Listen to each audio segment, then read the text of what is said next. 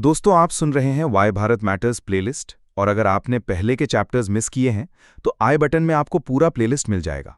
साथ ही एक और खास चीज, आई बटन में ही मैंने सृष्टि देशमुख का UPSC answer writing manual pin किया है। ये किताब उन सब एस्पिरेंट्स के लिए एक बहुत ही वैल्यूएबल रिसोर्स है जो अपने लिखने का स्टाइल, आर्टिकुलेशन और प्रेजेंटेशन इंप्रूव करना चाहते हैं। और मुझे लगता है कि जो भी यूपीएससी की तैयारी कर रहा है उसके लिए डॉक्टर जयशंकर की ये किताब वाई भारत मैटर्स सुनना और समझना उतना ही इम्पॉर्टेंट है, क्योंकि ये आपको इंडिया की फॉरेन पॉलिसी और ग्लोबल पोजीशनिंग के बारे में एक क्लियर पर्सपेक्टिव देती है। और हाँ, यूपीएससी एस्पिरेंट्स के लिए एक बात और, ये ऑडियो बुक आपको सिर्फ एक किताब का समरी नहीं देता, बल्कि एक एनालिटिकल फ्रेमवर्क भी प्रोवाइड करता है। मतलब आपको समझ आता है कि किस तरह से एक देश अपनी इंटरेस्ट्स प्रोटेक्ट करता है और ग्लोबल चैलेंजेस को एड्रेस करता है। ये वही चीज़ है जो यूपीएससी के GS2 पेपर और ऐसे राइटिंग दोनों में काम आती है। अब चलिए शुरू करते हैं चैप्टर 10। जैसे जैसे हम किताब के आखिरी चैप्टर्स तक पहुंचते हैं, डॉक्टर जयशंकर अपनी बातों को और ज़्यादा ग्राउंडेड और रिफ्लेक्टिव बनाते हैं। चैप्टर 10 एक तरह का कंक्लूजन भी है, जिसमें वो ये दिखाते हैं कि भारत की फॉरेन पॉलिसी और उसकी ग्लोबल पोजीशनिंग के पीछे सिर्फ स्ट्रैटेजी नहीं, बल्कि एक हिस्टोरिकल कॉन्शियसनेस और एक सिविलाइजेशनल डेप्थ भी है। डॉक्टर जयशंकर इस बात पर जोर देते हैं कि भारत की वैल्यू समझने के लिए सिर्फ आज के कॉन्टेक्स्ट में देखना काफ़ी नहीं है। हमें भारत को एक कंटिन्यूम के रूप में देखना होगा, जिसमें हमारा इतिहास, हमारी परंपरा और हमारे सामाजिक तत्व भी इंक्लूडेड हैं। और इसी वजह से चैप्टर का नाम भी वाई भारत मैटर्स है। ये एक सवाल नहीं, बल्कि एक जवाब है। एक जवाब जो आपको समझाता है कि अगर भारत नहीं होगा तो दुनिया की बैलेंस और प्रोग्रेस इनकम्प्लीट रहेगी।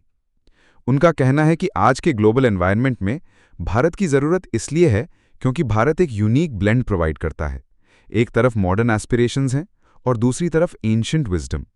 जब दुनिया सस्टेनेबिलिटी की बात करती है, भारत अपनी परंपरा से लिव विथ नेचर का एग्जाम्पल देता है। जब दुनिया डेमोक्रेसी को सेफगार्ड करना चाहती है, भारत अपने डेमोक्रेटिक एक्सपेरिमेंट्स और इंक्लूसिविटी से एक रोल मॉडल बन के सामने आता है। डॉक्टर जयशंकर बहुत क्लियरली लिखते हैं कि एक देश के लिए सबसे बड़ी स्ट्रेंथ सिर्फ उसकी मिलिट्री या इकोनॉमी नहीं होती, बल्कि उसकी नैरेटिव पावर भी होती है। भारत का नैरेटिव पावर हमारे इतिहास से आता है, हमारे समाज से आता है, लेकिन ये नैरेटिव तभी इम्पैक्टफुल होता है जब हम अपनी कहानी खुद लिखते हैं। इसलिए वो रिपीटेडली ये बात कहते हैं कि इंडिया को अपना व्यू पॉइंट असर्टिवली रखना चाहिए, चाहे वो G20 समिट हो या यूनाइटेड नेशंस के फोरम्स। चैप्टर में वो एक और क्रिटिकल पॉइंट उठाते हैं कि दुनिया अब मल्टीपोलर हो रही है। पहले जो कोल्ड वॉर के टाइम में बाइपोलर वर्ल्ड था या फिर 1990s के बाद यूनिपोलर अमेरिका लेड वर्ल्ड था, अब उसकी जगह एक मल्टीपोलर ऑर्डर आ रहा है। इस मल्टीपोलर ऑर्डर में भारत के लिए एक नेचुरल जगह है, लेकिन वो जगह ऑटोमेटिक नहीं मिलेगी। उस जगह को क्लेम करना होगा, जस्टिफाई करना होगा और अपने एक्शन से प्रूव करना होगा। डॉक्टर जयशंकर ये भी बताते हैं कि फॉरेन पॉलिसी सिर्फ एलीट का सब्जेक्ट नहीं है, ये आम आदमी के लाइफ को भी डायरेक्टली इम्पैक्ट करती है। जैसे जब भारत अपने डायस्पोरा को सपोर्ट करता है तो वो एक आम इंडियन वर्कर के लिए सिक्योरिटी और प्राइड की बात होती है। जब भारत वैक्सीन्स को ग्लोबल साउथ में भेजता है तो वो एक डिप्लोमेटिक एक्ट के साथ साथ एक ह्यूमैनिटेरियन जेस्चर भी होता है। वो ये कहना चाहते हैं कि फॉरेन पॉलिसी को समझना एक सिटीजनशिप रिस्पॉन्सिबिलिटी भी है। मतलब अगर आप यूपीएससी एस्पिरेंट हैं तो ऑब्वियस है आपको इसकी ज़रूरत है, लेकिन एक आम नागरिक के रूप में भी आपको यह समझना चाहिए कि भारत की फॉरेन पॉलिसी दुनिया के साथ हमारे रिश्तों को कैसे शेप करती है और उसका इम्पैक्ट आपके रोज़मर्रा की लाइफ पर कैसे होता है। चैप्टर के एक हिस्से में वो एक्सप्लिसिटली लिखते हैं कि भारत की जर्नी सिर्फ भारत के लिए नहीं, बल्कि दुनिया के लिए भी इम्पॉर्टेंट है। अगर भारत अपने 1.4 बिलियन लोगों को अपलिफ्ट करने में सक्सेसफुल होता है तो दुनिया के लिए ये एक इंस्पिरेशन है।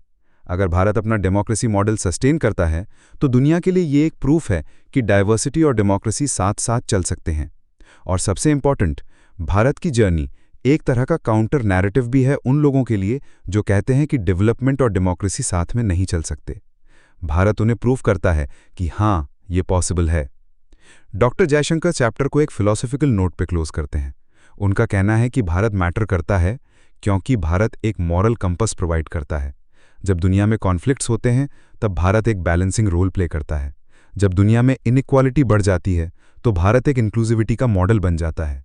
और जब दुनिया अपने आइडेंटिटी क्राइसिस में होती है तब भारत अपने सिविलाइजेशनल विजडम से एक डायरेक्शन देता है। इस कंक्लूजन में वो ये मैसेज देते हैं कि अगर हम भारत के सिटीजन्स हैं तो हमें सिर्फ अपना इंटरेस्ट परस्यू नहीं करना चाहिए, बल्कि अपनी रिस्पॉन्सिबिलिटीज़ भी समझनी चाहिए। भारत की स्ट्रेंथ तभी मैटर करेगी जब हम सब अपनी रिस्पॉन्सिबिलिटीज़ को कलेक्टिवली समझेंगे। तो दोस्तों, ये था चैप्टर 10 का डिटेल्ड एक्सप्लेनेशन। ये चैप्टर एक रिमाइंडर है कि हम सिर्फ एक देश के नागरिक नहीं, बल्कि एक सिविलाइजेशन के बियरर हैं। और अगर आप यूपीएससी एस्पिरेंट हैं तो मुझे लगता है कि इससे बेहतर एग्जाम्पल आपको और कहीं नहीं मिलेगा कि एक देश अपनी फॉरेन पॉलिसी को कैसे शेप करता है और दुनिया को अपने नैरेटिव के जरिए इन्फ्लुएंस करता है। अगर आपको ये चैप्टर पसंद आया हो तो ज़रूर लाइक, शेयर और सब्सक्राइब कीजिए और बेल आइकन दबाना मत भूलिए ताकि अगला चैप्टर तुरंत आपके पास पहुंच जाए। और हाँ, वाई भारत मैटर्स की ये प्लेलिस्ट आई बटन में पिन्ड है, आप वहां से पूरा सीरीज देख सकते हैं। साथ ही एक और ख़ास चीज़, अगर आपको इंटरनेशनल रिलेशंस और डिप्लोमेसी में और गहराई से जाना है तो मेरी दूसरी प्लेलिस्ट द इंडिया वे भी ज़रूर देखिए। उसका लिंक मैंने आउटरो में ऐड किया है। बाकी कोई फीडबैक या सजेशन हो तो कमेंट सेक्शन में ज़रूर बताइए। Thank you.